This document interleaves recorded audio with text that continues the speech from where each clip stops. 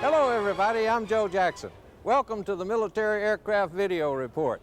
Well, get set for some action. We got everything from the roar of jet engines in Afterburner to the unmistakable sound of the B-17. Here's a preview of what you'll see during this program. First of all, we'll climb aboard an F-4 Phantom with the 142nd Fighter Interceptor Group of the Oregon Air National Guard and get set to meet a MiG-killing F-4 that is still soldiering on today.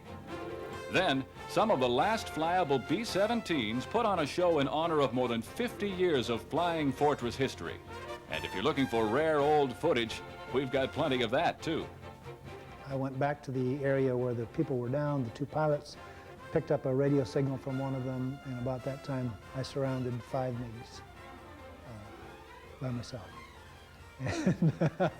We're also going to meet the king of the wild weasels, Medal of Honor recipient Leo Thorsness. It's back to the heavily defended skies over North Vietnam for F-105s in action.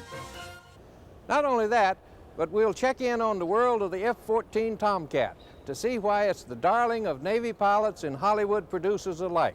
But first, let's go visit a National Guard unit that's taken the great F-4 to new heights of achievement. Yes, the Phantom may be in its twilight years, but you'd never know it by looking at this.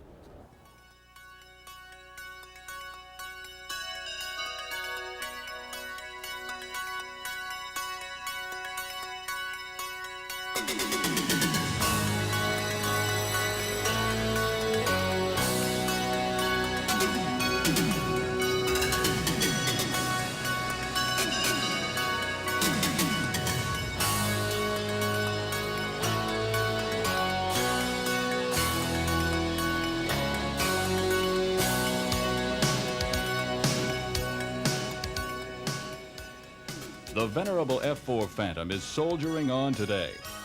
After more than 20 years as a fighter plane, fighter bomber, reconnaissance aircraft, and seemingly dozens of other roles, now it is back doing the job for which it was first designed: interceptor.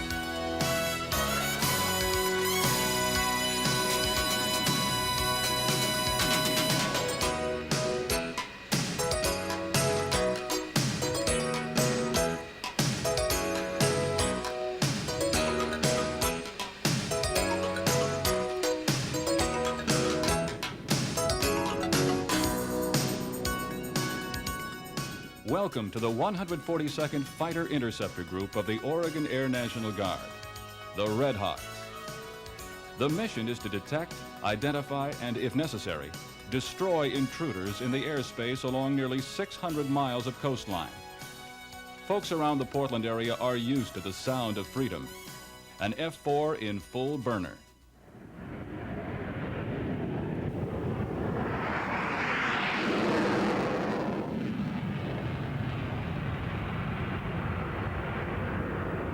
The concept of a weekend warrior just doesn't exist here. In fact, there can be more flying in the Air National Guard than in an active duty unit. Just ask the guys in the front seat. We get additional flying periods for pay than we would if we were a non-flying unit. And also, we keep the same mission capabilities, the same training requirements, everything as the active duty flyers do. I fly here just as much as I did, if not more so than I did when I was on active duty. And I can pretty much say that for most of the guys here.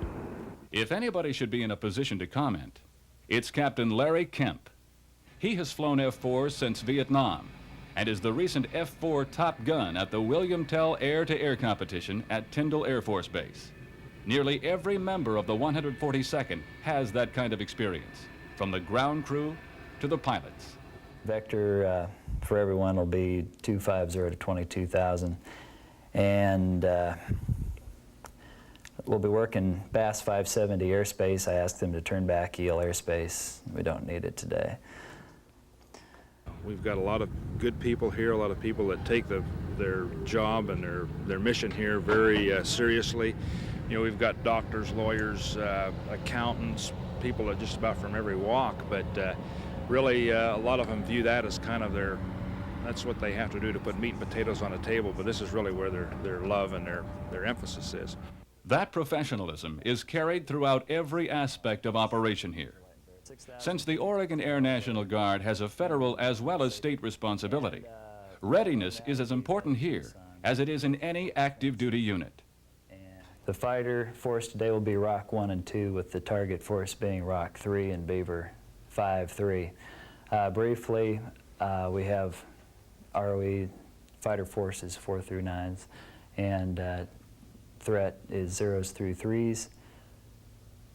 As far as armament goes, 4x4 with the gun on the fighters, and threat also has all aspect, chaff, and ECM. In the history of this unit, a who's who of fighter planes has seen service. For example, the F-51s, which were used when the unit was on active duty during the Korean War. Through the years, there have been F-84 Thunderjets, F-86 Sabres, and F-80 T-33s, which, by the way, are still used as target planes for the F-4s to chase. But the future may look something like this. It is now thought that Air National Guard units in the air defense business may transition to upgraded F-16As.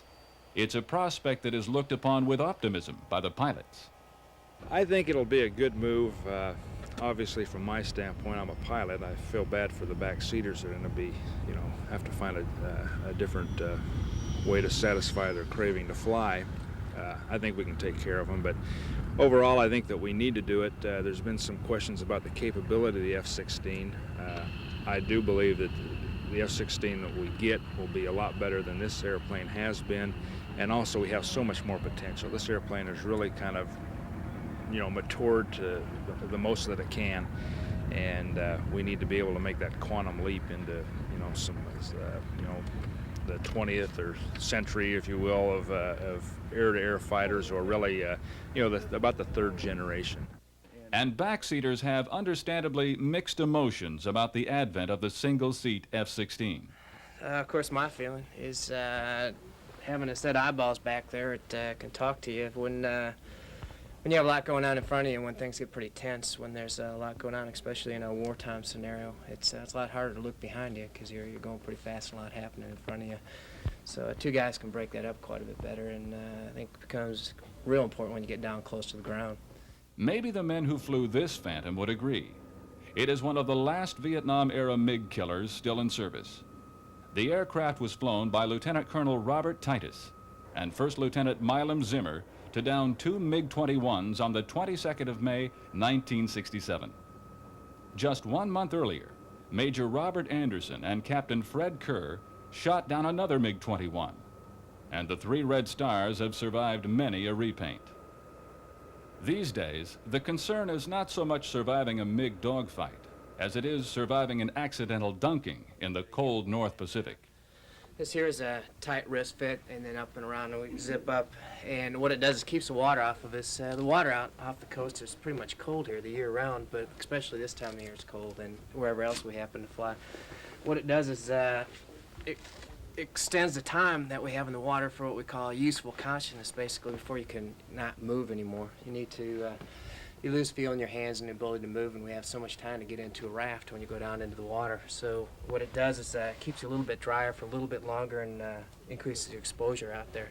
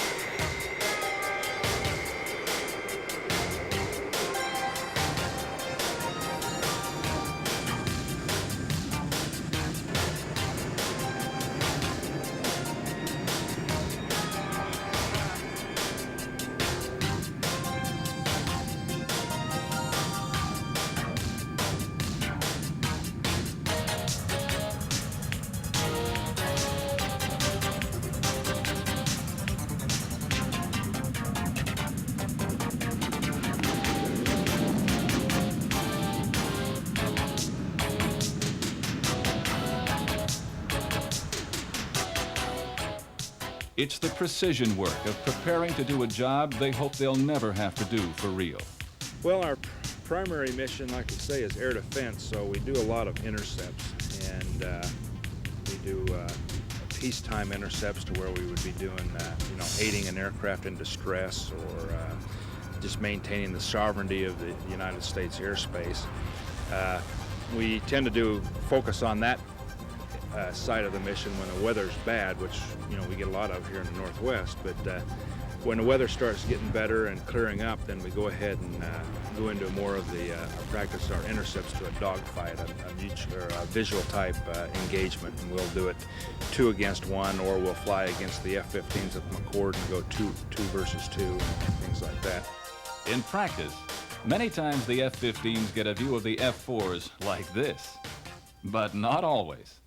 The qualitative differences between the airplane is a lot different. Now, when you get out there and you get a young F-15 pilot and they're inexperienced, and you get a experienced F-4 crew, then you can go out there and do pretty good.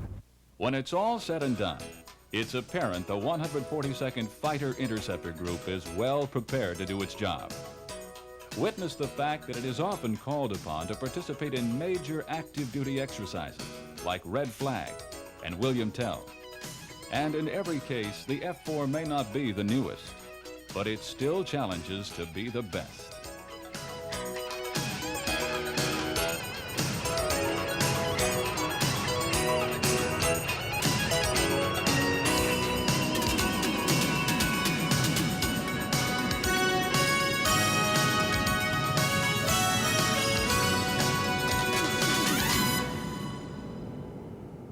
Soon the F-4s will all be sent to the boneyard.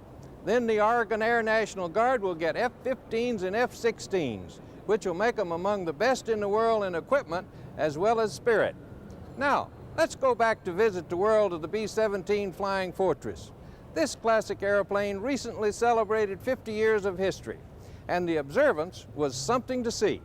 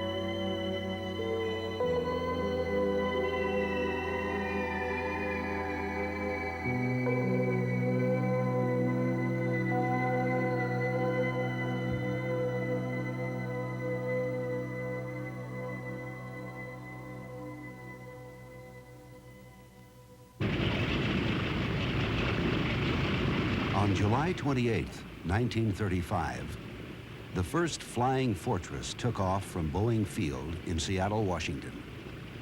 It was the first of many. The next 10 years would see over 12,000 B-17s follow that first Model 299 into the air as the war that consumed Europe and Asia ignited the globe. But the Fortress that could survive the devastating effects of war could not survive the cutting torch of peace. The aluminum overcast that had once darkened the skies over Europe was reduced to a tiny wisp of metallic cloud. Fewer than 12 B-17s are still airworthy today. 50 years after the first Flying Fortress took off from Boeing Field, 3 returned. The B-17 had been designed to carry bombs, but on this day, they carried only memories. Memories for the thousands of people assembled to welcome them home.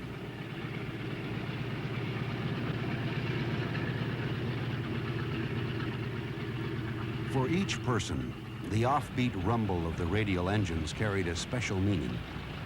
These were the people who had built the B-17, had maintained it, and had flown it. Soon they would be listening to speeches, but first they wanted to see and touch the airplane that had made such an impact on their lives so many years ago. Memories, like the way it felt to be curled up in the ball turret, watching the war through the armored glass between the twin 50s. Or the way the tail gunners always seemed to get a crack at the fighters as they passed behind the bombers after their firing runs. Or what it was like to fly into a wall of flak during the bomb run, when any evasive action would impair the accuracy of the Norden bomb sight mounted in the nose. The B-17 touched a lot of lives in a lot of ways. First, there were the people who built it. Boeing Chairman T. Wilson. It's my honor to be with you today and to welcome you on behalf of the Boeing Company to Seattle and to Boeing. For me, this is truly an inspiring event. Seldom in my life have I been privileged to be with so many who have served their country so well. As all of you know, we are here to recall and celebrate the first flight of the B-17. Most of you know that airplane better than I do, and the speaker to follow me, Ed Wells, knows it better than anyone at Boeing today. Ed Wells was assistant project engineer on the 299 program. He designed the flap system that gave the plane its operational performance.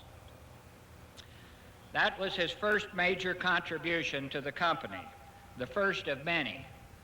It would take much of the afternoon to recite all of Ed's professional honors, but let me mention a few.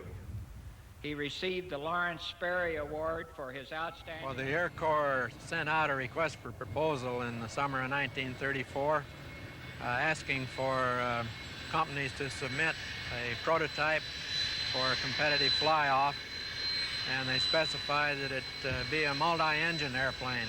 They didn't say 2 or 3 or 4, but multi-engine, and the request for proposal asked for certain performance.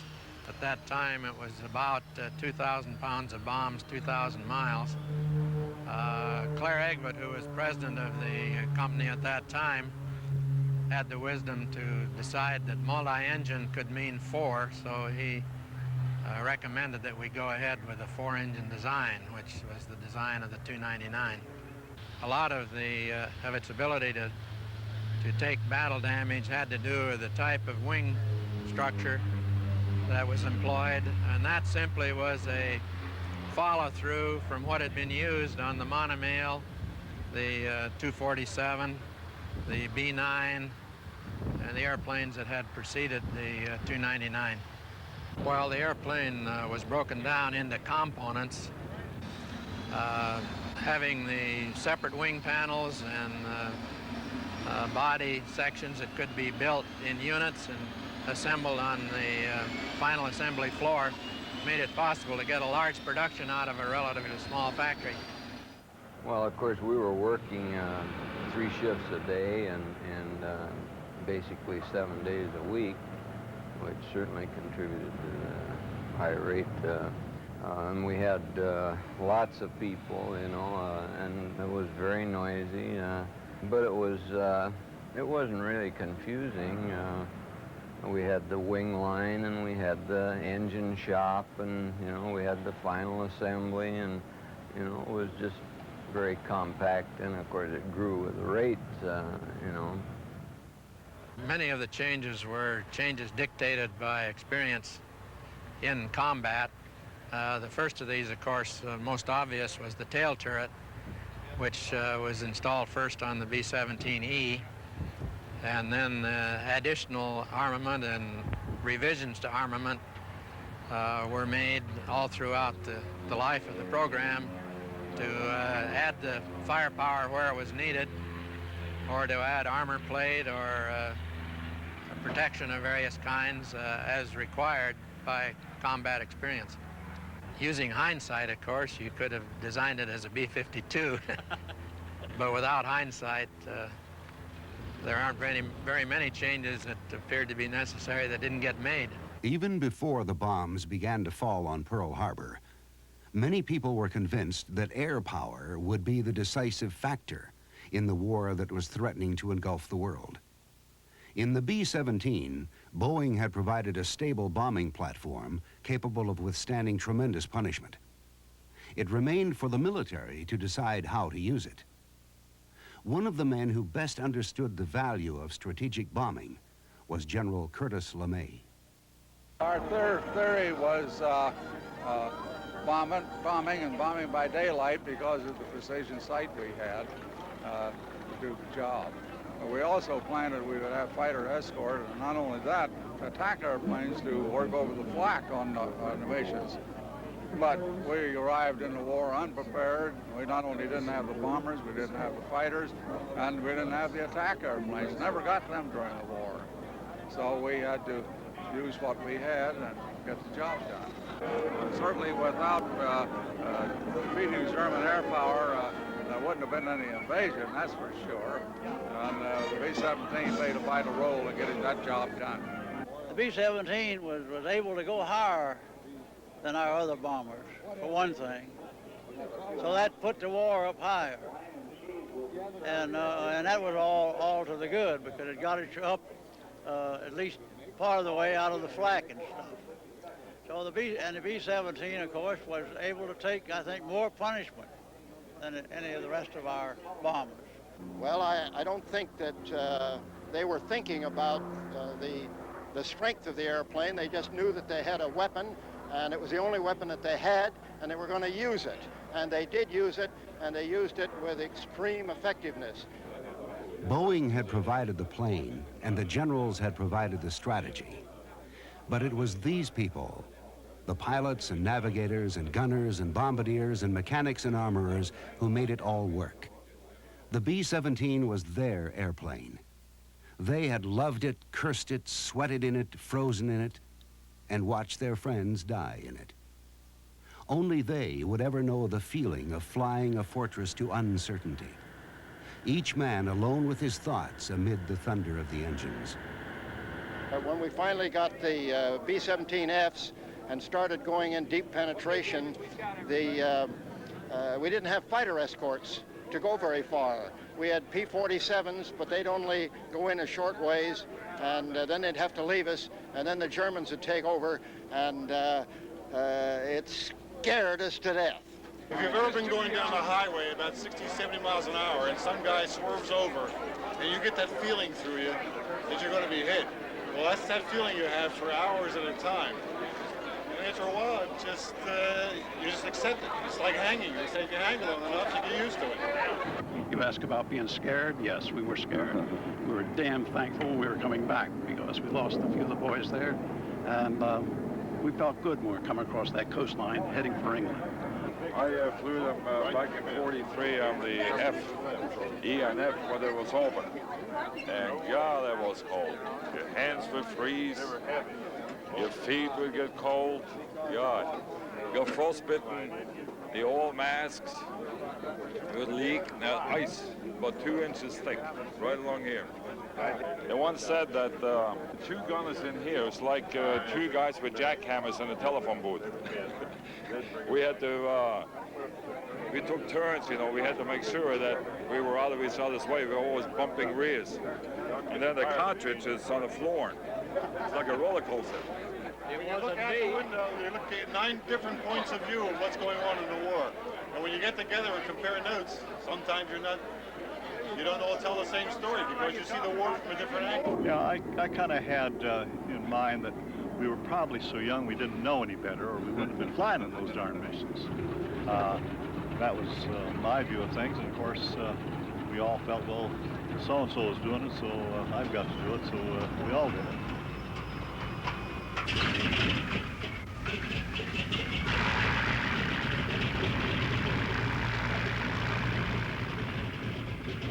Well, it was a very nostalgic feeling, very nostalgic. I don't know about the rest of you guys, but when they started the engines out here, boy, we could feel it all over again, couldn't you, Ben? You recognize that sound of those props from way out. They're different.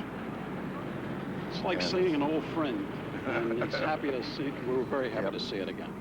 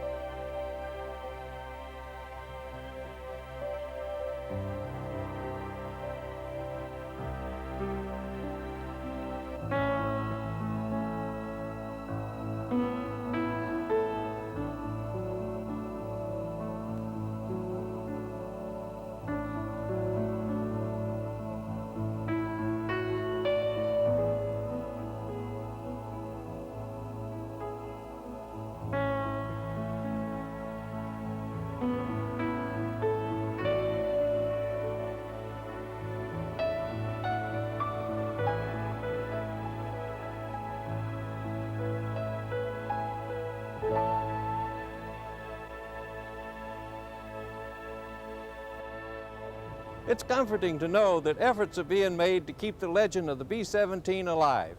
The airplane, like the men who flew it, are irreplaceable. Our next story deals with the Vietnam era. One of the best aircraft of the time was the F-105 Thunder Chief. A personal friend of mine flew the 2-seat version called the Wild Weasel. His story has become an Air Force legend. There's no better job in the world than to be a fighter pilot. And my theory on being a fighter pilot is if you never exceed your limits or the airplane limits, you'll live to be an old man. Leo Thorsness has the credentials to say that and a lot more. Now retired, his position is secure as an Air Force legend. With a twinkle in his eye, he can recall his earliest flying experiences as if they occurred only yesterday. Training in the T-33 in 1953, and the days with the 49th Tactical Fighter Wing in Germany. By the time this picture was taken, Leo was already a veteran in the business of flying the F-105 Thunder Chief, affectionately known as the Thud. In October 1966, Thorsness was assigned to a tactical fighter wing in Tak Lee in Thailand. Especially in the early years, the Thud was the main bomber of the Vietnam War. Maximum speed Mach 2.25, service ceiling 52,000 feet, an internal bomb bay that is comparable in size to the B-17, and pylons for external stores. The two-seat F model was designated to locate and attack North Vietnamese SAM and AAA sites. They were called Wild Weasels, and it was not a job for the meek. It wasn't a great profession to go into at that time, but we had to kind of prove ourselves also to the regular pilots that we had some value to them, because the first crews, they just got wiped out like that. The first F-105s that went over, there were 5 of them, went to Tak Lee in Korat, Thailand, and the first 5 were lost in 45 days. They were all gone. And then I and another guy ferried 2 airplanes over. We were the next ones in the 105s. And the housing office, I remember when I checked in to get assigned a hooch, a house to live in, when I told them I was in the weasel business, they came like, why do we need to give this guy a house? He won't be around long enough.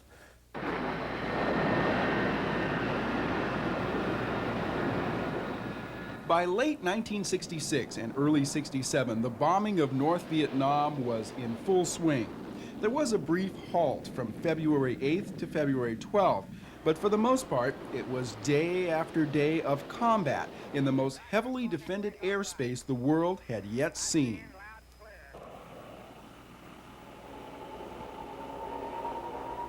Right here, I'm right over the target right now. I've got a 17 right in front of him.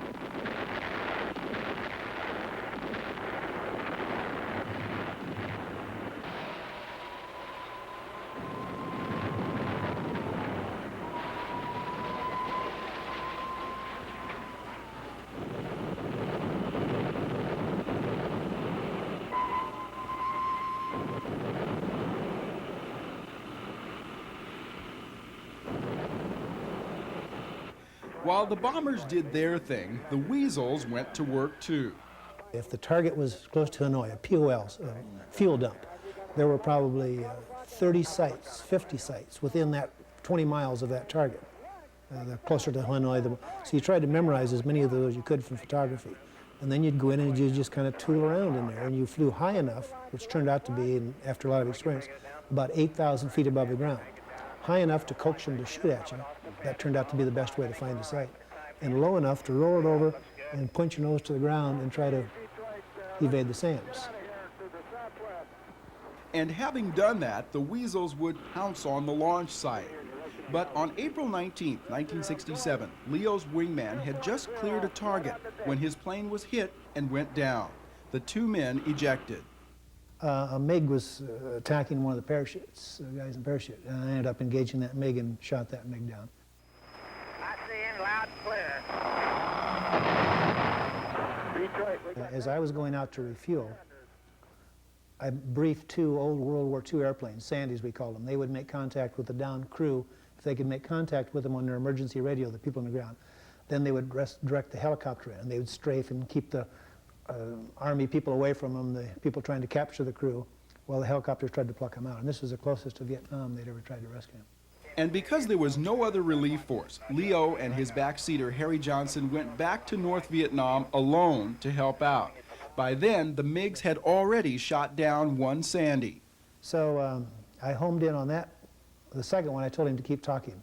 And I was out of ammo and all those things, but got the MiGs off him.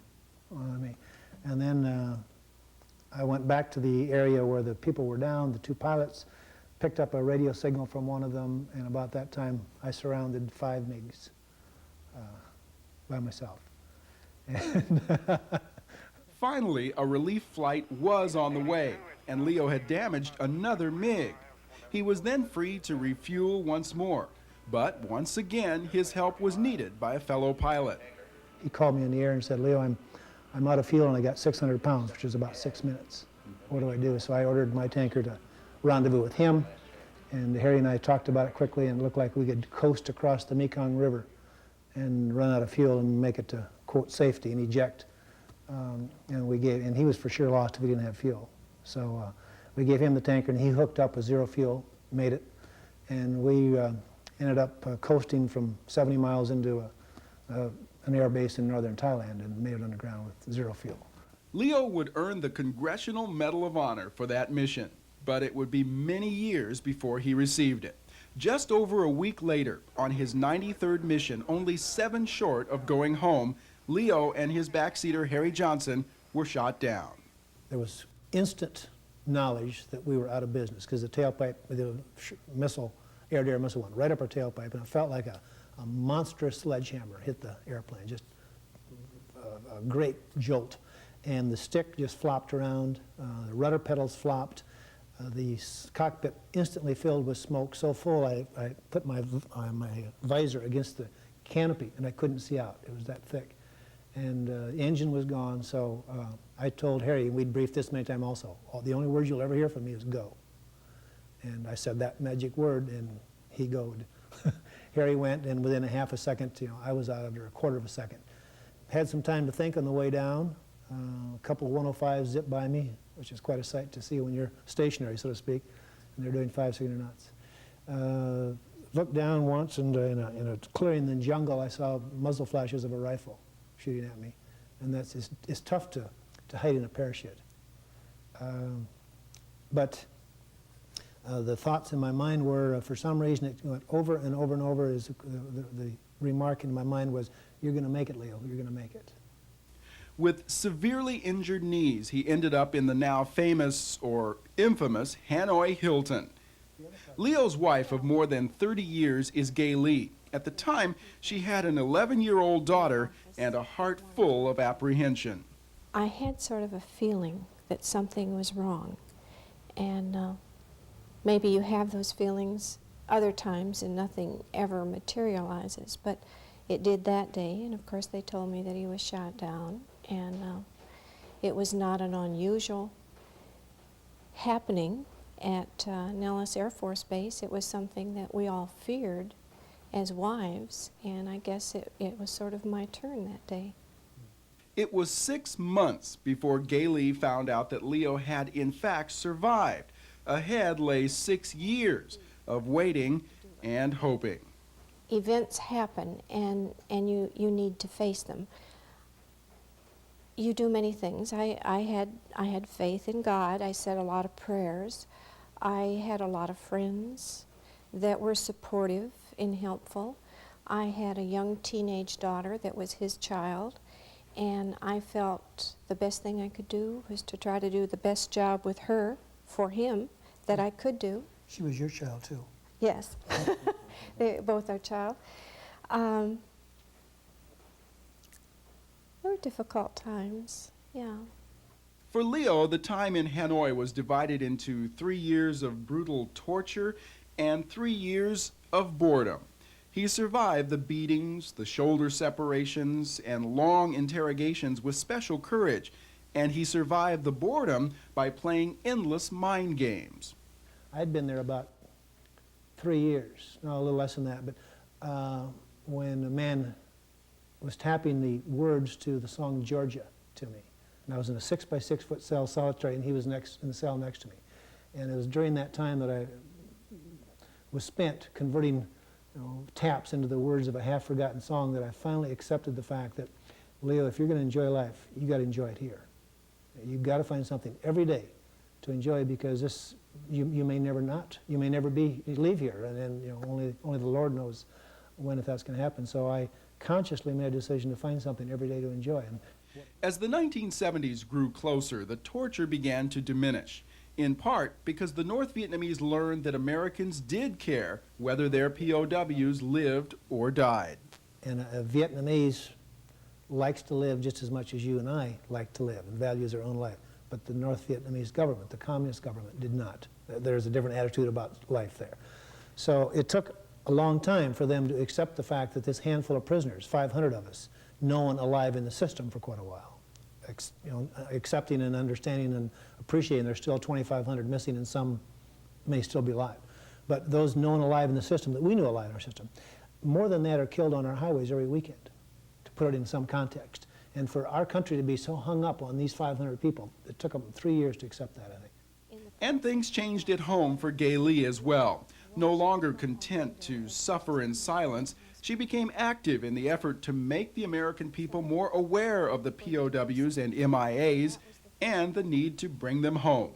At that time, efforts were happening all over the country, and then we sort of found each other as wives and families, and we began to have meetings and we began to organize, and that's when Sybil Stockdale became the leader of the group. Finally, in 1972, the linebacker bombing campaign brought the war to a climax, and as the B-52s went north for the first time, the POWs knew it was about over. It started, and then it happened again the next night. And you could see it in the faces of the Vietnamese, the guards, the interrogators, that it was about over. And we knew it was about over, and we accepted reality that if a B-52 were hit with a SAM, let's say, and veered off course and dropped its load somehow, they could put a string of bombs right down the middle of the prison camp, and it's over then also. And we were ready to accept that. We said it's time for this to end.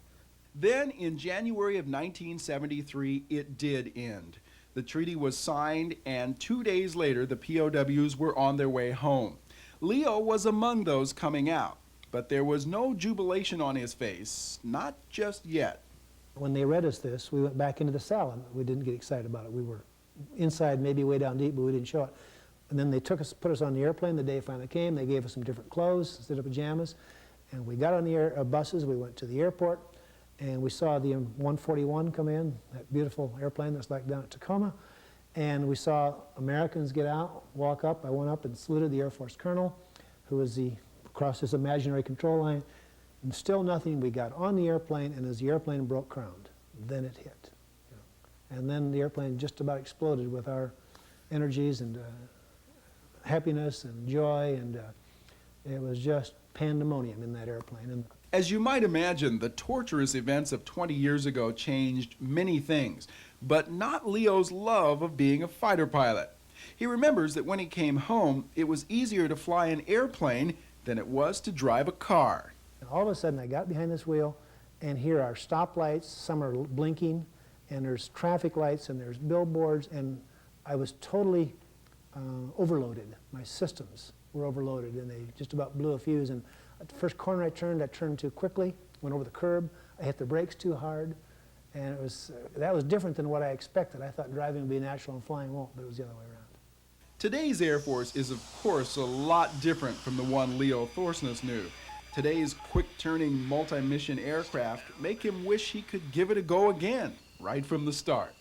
Still, Leo says the plane you fly in combat is the one that takes your heart and keeps it. The F-105 was, and perhaps still is, the fastest strike plane ever, going straight ahead down on the deck. And Leo has a message to the many folks associated with building and maintaining this remarkable aircraft. I'd say you've done good, child. You've done good. It was a good airplane. It was a big cockpit. It was comfortable. And for what the airplane was designed for, nuclear low-level delivery, and we flew it in a conventional high-level, all-level, air-to-air, air-to-ground combat, it was an exceptional airplane. Because it was good at what it was not designed for. So there aren't many airplanes that could be used in a role other than what it was designed for and still be a good airplane. When the last of the F-105s was retired, Leo was invited to fly on one of the last flights. His contribution to the history of the F-105 will never be forgotten. Now, we turn to the present. The Navy's F-14 Tomcat has become a star with the general public after the movie Top Gun. But the airplane was no secret even before Hollywood discovered it. The Tomcat's one of the best, and here's why.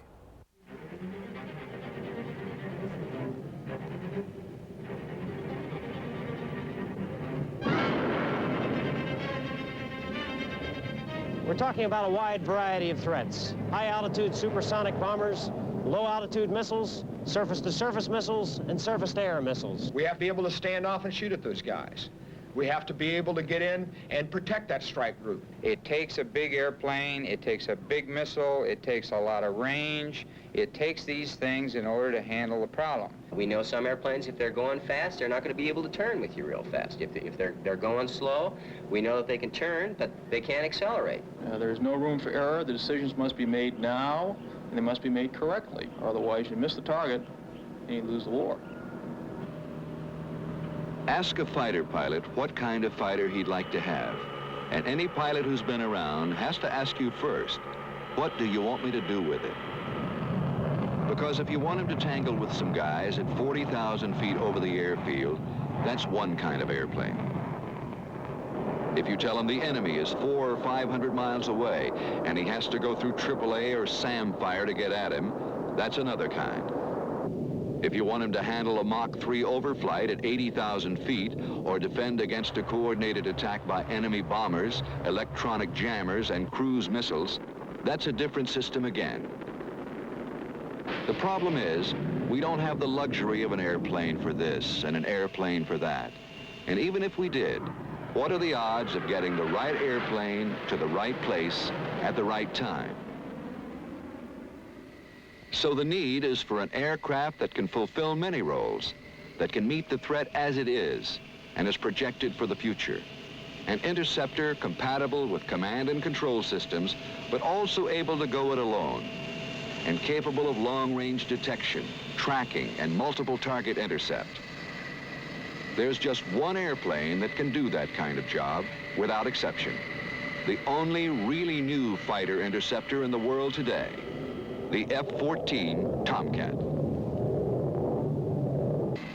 The thing that separates the F-14 from all other tactical aircraft flying today is the combination of a high-performance airframe and the multi-shot, multi-target AWG-9 Phoenix weapon control system, the most significant advance in weapon system technology in a generation of fighter development. Practically immune to electronic countermeasures, the Phoenix missile is specifically designed to destroy multiple maneuvering high-speed targets from extremely long range to close in. And it's the only air-to-air radar missile with a launch and leave mode.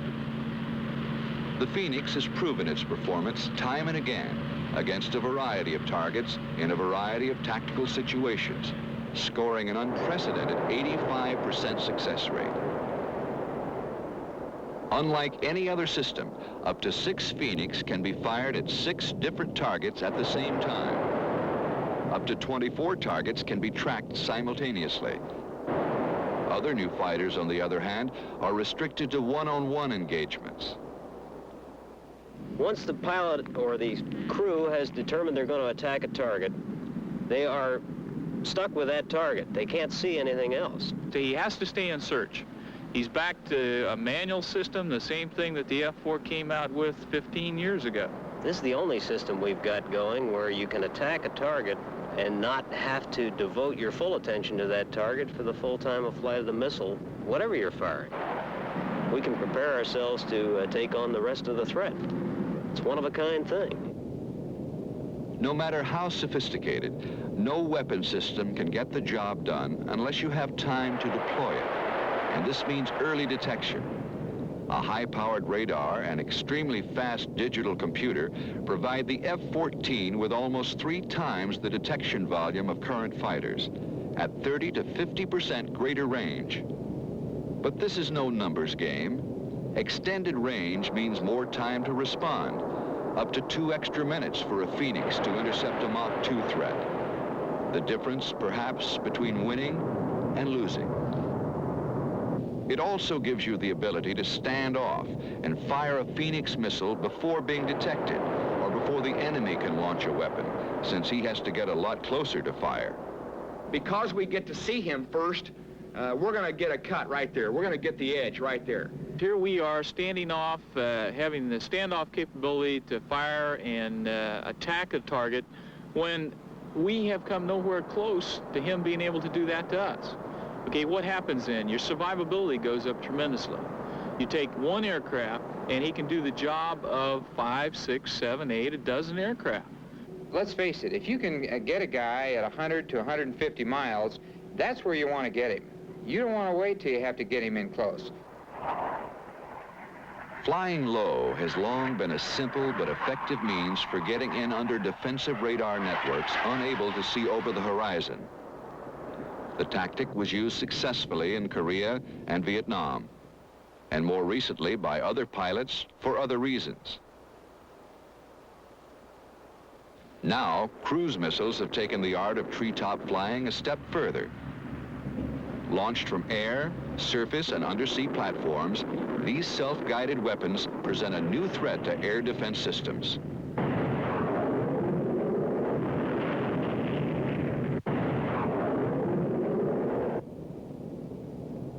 Within the state-of-the-art, only long-range airborne radar can pick up the low flyer in time to protect land targets and surface traffic. And only the F-14 has the system to carry out an intercept. We have the capability to look down and shoot down most effectively with a very good probability of kill. It goes past that because it gives you the capability to stay at high altitudes, and if you can stay up there, you not only then have the capability of attacking the low guy, now I also have the capability of going after the high guy. And that's the other side of the coin, from defending against targets 50 feet above the surface to defending against 70 or 80,000 foot high Mach number aircraft and air-to-surface missiles. There's only one aircraft in the world today that has that capability, and that's the F-14 with the Phoenix missile. What you've got to like about the F-14 is that its performance just begins with a Phoenix factor. Medium-range Sparrow and short-range Sidewinder missiles are also part of the armament package, along with an internal Gatling gun and a versatile air-to-ground system. The thing can cover the whole threat, and that's what you really need when you're going out there to do the job. It's almost a self-contained GCI interceptor fighter combination that can take the fight to any scenario, any place in the world. I deployed with VF-1 and 2 on the Enterprise, and we used to simulate very realistic scenarios. For example, backfire bombers flying at 50 to 55,000 feet at supersonic airspeeds with lower fighter cover. We went out on exercise after exercise like this with the F-14 and demonstrated time and again that because of the two men in the airplane, because of our ability to handle the ECM problem, we can shoot those bombers at long range, still have the short-range weapons to get in and visually engage the fighters, take care of them, and press on about our business. In this age of automation, the tendency is to put everything you can into a computer, for certainly computers have taken us over hurdles we never could have handled otherwise. But there are limitations, as we all know. Thus, the F-14, though highly automated, with a computer system that can process 3 times as much information as any other fighter, still relies on a 2-man crew working together to take full advantage of the enormous potential of the aircraft. There has to be tactical decisions made by an aircrew. It cannot be done by a black box. It has to be made in the human element involved. The advantage of not having to split yourself down the middle or whatever percentage you got when you're in a tactical environment. With 2 guys working on the solution, you're going to come out with the right answer more often than you are with 1. That's all there is to it. It's that simple. It's a beautiful combination. And I know in my past experience, there's the first guy to see the other guy has a hell of an advantage. With the tremendous flow of information that passes between the F-14 and the command center, voice communication is often inadequate, too slow, or tactically undesirable. You can get more information back and forth more quickly with the aircraft's data link system, relaying tactical information and receiving additional target data from the command center. Even when the enemy is fanned out 200 miles across the sky at different altitudes, the F-14 can be positioned for optimum tactical effectiveness. And it's the only aircraft that can shoot down 4 of the enemy and still have fuel left for a protracted fight, one-on-one. The nice part about the F-14 is that you got the best of both worlds. You can get into the dogfight role without taking 1 iota away from the very significant capabilities in the long-range interceptor role. Wing buys an awful lot. It gives you an awfully good on-station loiter time. it gives you a tremendous turning aircraft, and it gives you a slow approach speed. Throughout the flight regime, and almost at any store loading you'd care to dream up, you decide where you want to go and you point the nose and the airplane goes there. It's going to be an awful long time before anyone can come close to finding an aircraft that can take the interceptor role and the fighter role and come any closer to optimizing the two in one aircraft. The nice part about the whole system is that being computer-based, software-oriented, the growth potential in the system is almost unlimited. Currently under evaluation is a TV sighting system that can differentiate between airplane types and provide positive target identification at distances tenfold over the unaided eye. A new compact computer is also being developed for long-range, positive, all-weather target identification. In addition, the aircraft is being equipped with a reconnaissance pod, which will enable one F-14 to handle both reconnaissance and interceptor roles, a unique self-escorting weapon system. Among other growth items are greater ECM capability and a Phoenix missile with better performance against surface targets, increased immunity against jamming, and a programmable logic that will keep the missile up to date against future threats without redesign. It's an ongoing process of development and refinement, tailoring an already formidable weapon system by taking advantage of its inherent growth potential, system flexibility, and new technology to stay one long step ahead of the threat. The F-14 Tomcat, a superior air defense interceptor for today and well into the 1990s.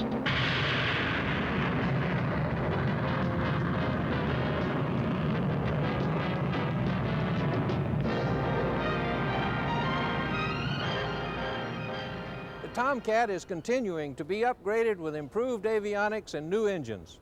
While it may not star in another movie, it will remain a star of the fleet for many years. Well, that's all for this edition of the Military Aircraft Video Report.